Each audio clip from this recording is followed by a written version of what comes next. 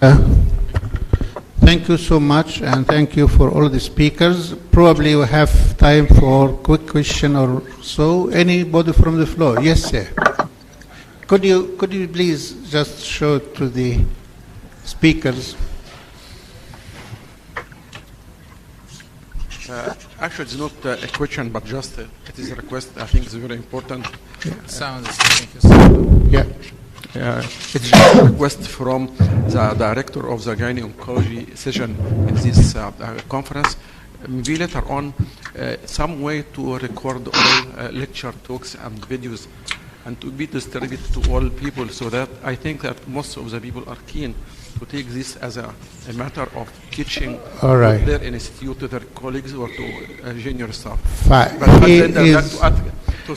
Professor Nasr is asking those who put videos for presentation if we can take their permission to use it for educational purposes, taking into consideration the intellectual property.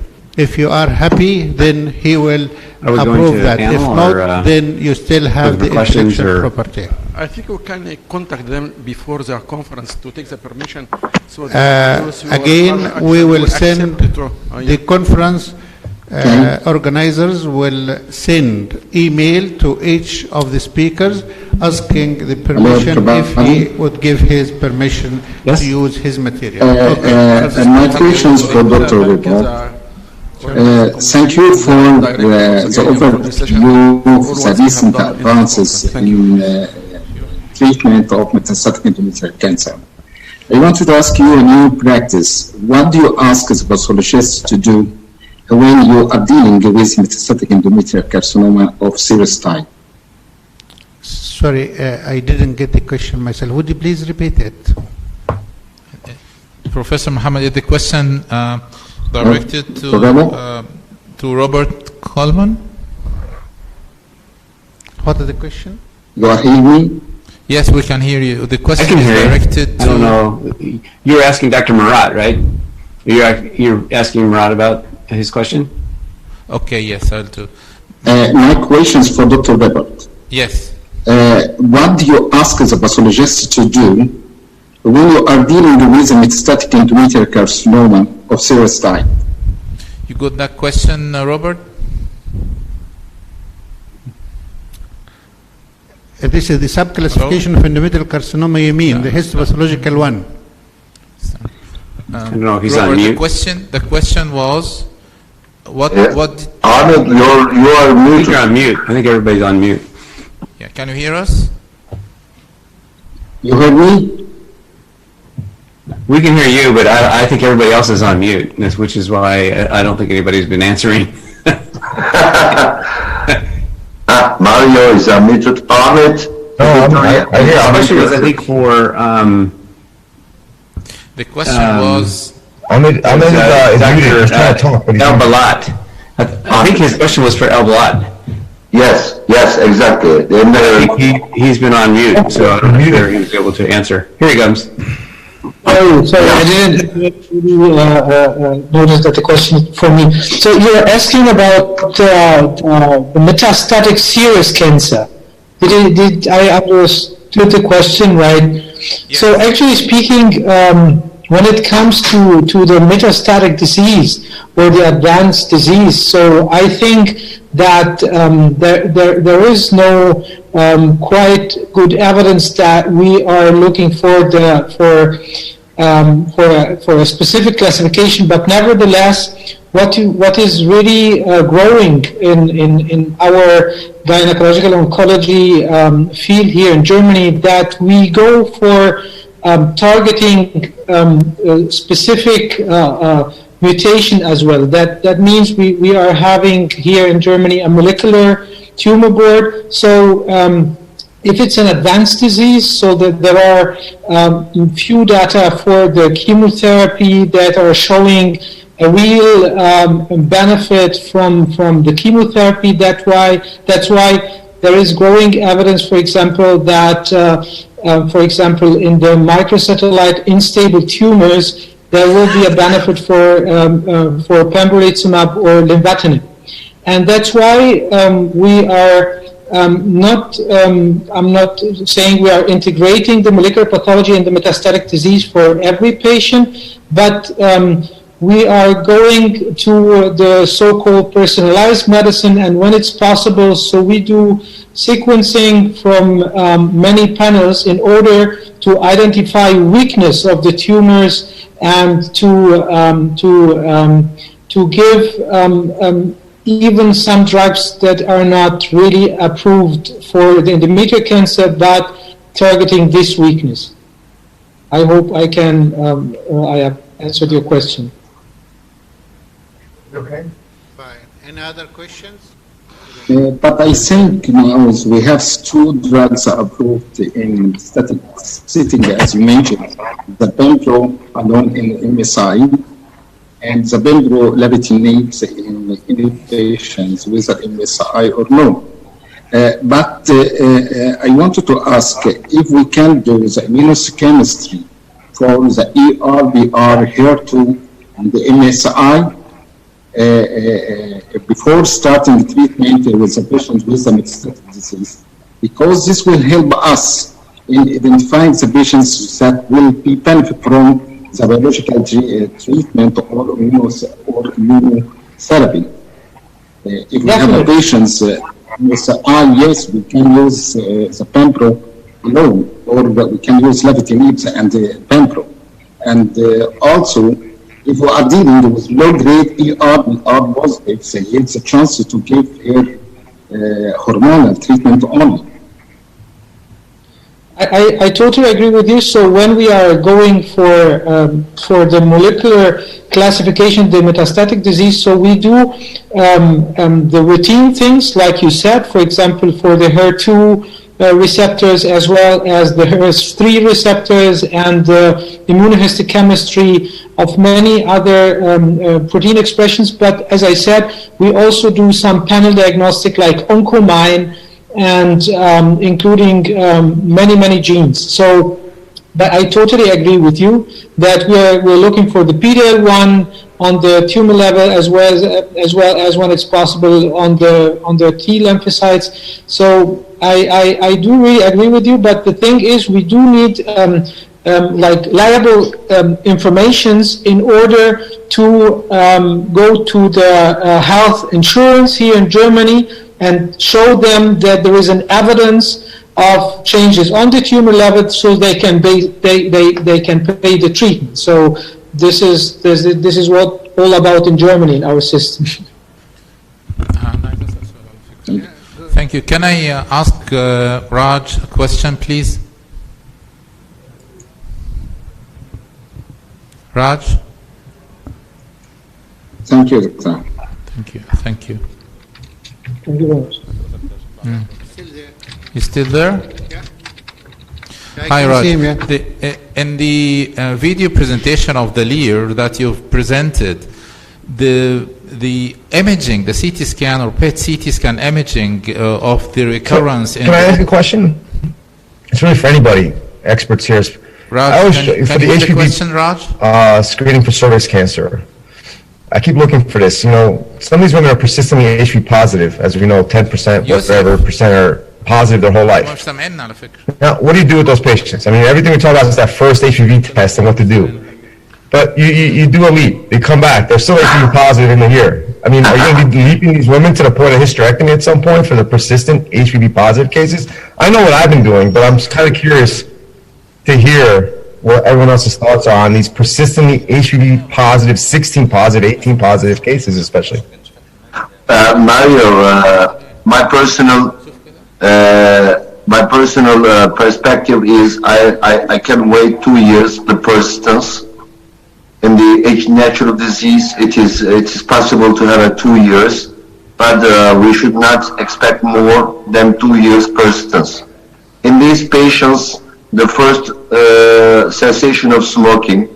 The second point is checking any steroidal therapy, including oral contraceptives, which HPV loves a lot, is so important.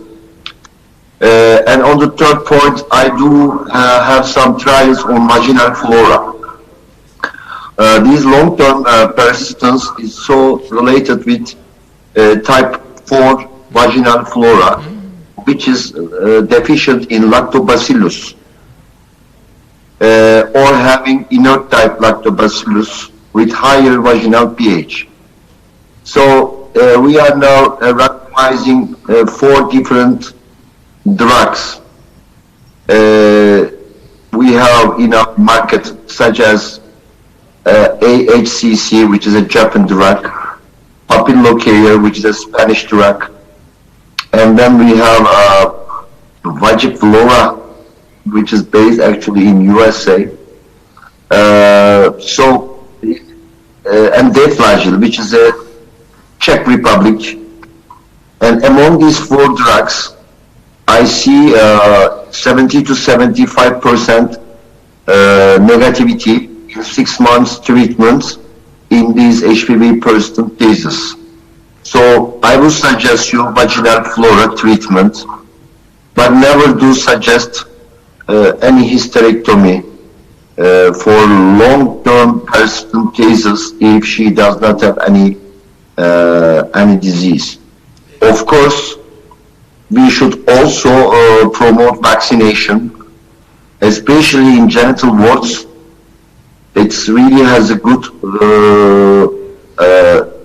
number in decreasing recurrence of HPV positivity and recurrence of genital warts. These are my perspectives. Thank you, Murat. A question to Raj, please. Yeah? Yeah, hi, yeah. The video presentation, the wonderful work really on that right obturator fossa recurrence or lateral pelvic wall recurrence, the preoperative imaging showed that the disease was maybe a little bit away from the rectum or the rectosigmoid. I appreciate that you really intended to get it all and not look back at any residual disease. But have you thought of shaving it from the wall or shaving it a little bit closer to the rectum and having a frozen section at the same time to take biopsies from the walls that you've left behind? If it is negative, you just leave it alone. If it is positive, you carry on with the anterior resection? Yeah, okay, thanks, Ahmed. Good question. I mean, in my experience of not so much Aliyah, but standard exenteration, when a lady's had a previous hysterectomy, a radical hysterectomy, the margin between a tumor recurrence and the rectum is going to be absolutely marginal. And on the basis that it is her last resort,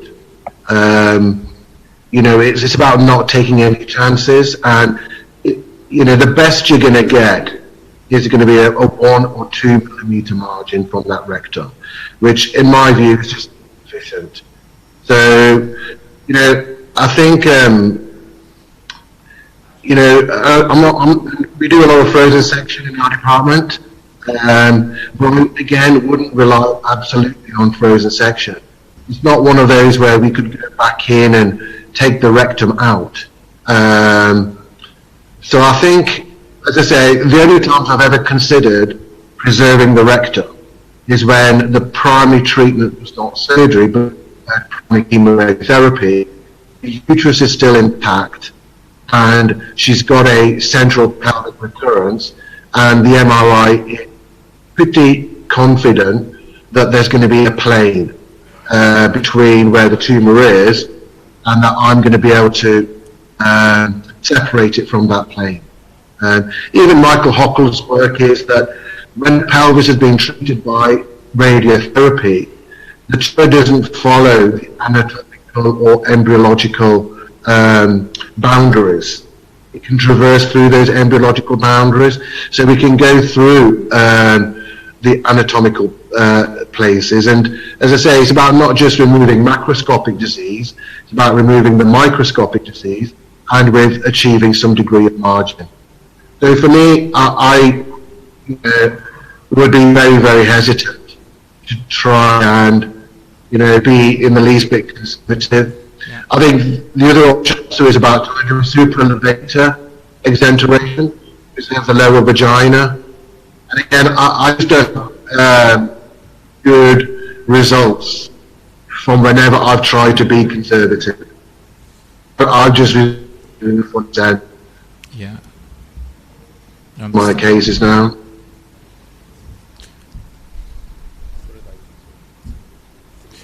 I don't know what other people's experiences are. Yeah. Thank you, Raj. Thank you. Reda?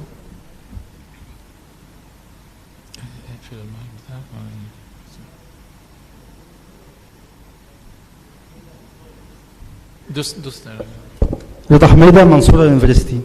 I would like to thank all speakers for these great presentations. My question is a rapid question or rapid comment to my dear friend Dr. Murad Goltekin. Welcome, Murad.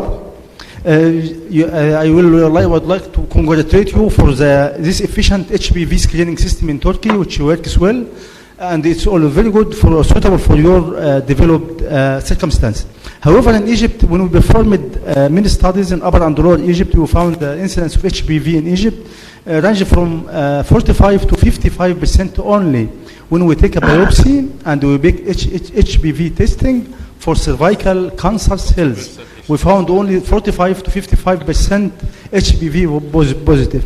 So what is the condition in Egypt? We will just do VIA test, which also agreed by WHO within low resource setting countries with, you can say, same sensitivity and specificity of cytology, but with very low economic burden, can be done by anyone with good outcome. So we perform VIA test. Then when it's positive, we do colposcopy, we take cervical biopsy. Sometimes also we also implement the WHO recommendation of see and treat policy. So we do screening, colposcopy for positive cases, biopsy, and also we do cryotherapy for the same setting to avoid dropped out cases. This is a situation in Egypt and also the same maybe many underdeveloped countries. Thank you very much. Your comment, Murad. Hello, my dear Reda. We are missing all of you and our Cairo, still in our hearts. Next year, I hope we will be here face to face with also Ahmed El Balat. So nice to see him after 23 years here. Hello, Ahmed. Yeah, thank you. You lose a lot of weight and you are very handsome, Ahmed. I couldn't believe you. Anyhow, Reda, first of all, we should check your studies. If you send me, I can make some comments because it's impossible to find a 40% HPV positivity. It is possible if you are looking HPV in pathology, in paraffin blocks. But if you are talking about HPV in Egypt, you have to make in the screening, not in the paraffin blocks of CIN or cervical cancer. We know that especially in advanced stage cervical cancer, HPV can become negative. We are talking about the screening point when you can find in CIN 1, 2, 3 early stage. In some stages, HPV can be negative in the tumor tissue. But it is possible in some paraffin block studies you can find smaller rates of HPV. But up to now, in the literature, the lowest HPV positivity reported is 90%. So this is a debate we are discussing, so-called HPV negative cancers. And it is between 1 to 10%. It's not like in Egypt, 50 to 60%. So we have to check the methodology. The second HPV test was very expensive, I agree. But today, your friend Murat, even I did a new kit, so-called Murat's kit. Of course, it's a joke. I give the name Carsisiken. So it will be $1. Self-test, giving HPV positivity, giving genotypes, and giving methylation patterns. So day by day, you can find much cheaper. Second, in the HPV, at least if you are negative, you don't need to go to doctor 5 years. Screening interval 5, and it will be probably 7 to 8 based on the new Canadian data. And if you have vaccinated populations, you can increase up to 10 years, which is much more cost effective. And of course, for our countries, the third point, I agree with you. On-site evaluation, on-site colposcopy treatment is so important to prevent dropout of the patients. For this reason, in my slides, WHO is now working with Samsung Galaxy cell phones, and they now have a mobile colposcopy on the cell phone with 96% accuracy compared to the best gynae-oncologists. So even a nurse now will have the chance to make colposcopy and then make cryo or treat on-site. It's wonderful news for developing countries where the follow-up is impossible. I hope I could give answers, my friend. Yes. Thank you very much. Thank you. Thank you, Murad. Thank you for all.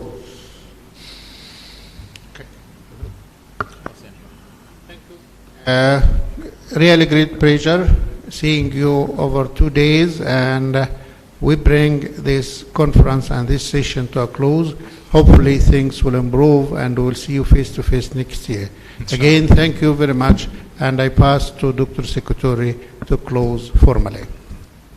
Thank you very much, Professor Saeed. Thank you, Murad. Thank you, Muhammad, Mariam, Ahmed, and Ahmed. I would like to really thank Dr. Basir Rifki for his great effort and very dynamic work over the last few months, particularly the last few weeks, in getting this program together as well. I'd like to thank Professor Saeed Abdelhadi, Professor Ashraf Nasr, Professor Reda Ahmeda for his great contribution of the GTN session, which was really very interesting on the first day of the conference. Thanks to all of the audience, and inshallah we'll see you next year. Maybe this COVID mayhem will be over and we'll meet face to face again. We'll have a nice party with a nice songs and dinner as usual. Thank you, everybody. Yes. Bye-bye. Thank you. Thank you, Ahmed. Thank you, Bazel. Thank you, Mohammed, Saeed, everybody, Rada. Thank you. And Ahmed. Al-Bala. Thank you, Ahmed. You are more handsome than me.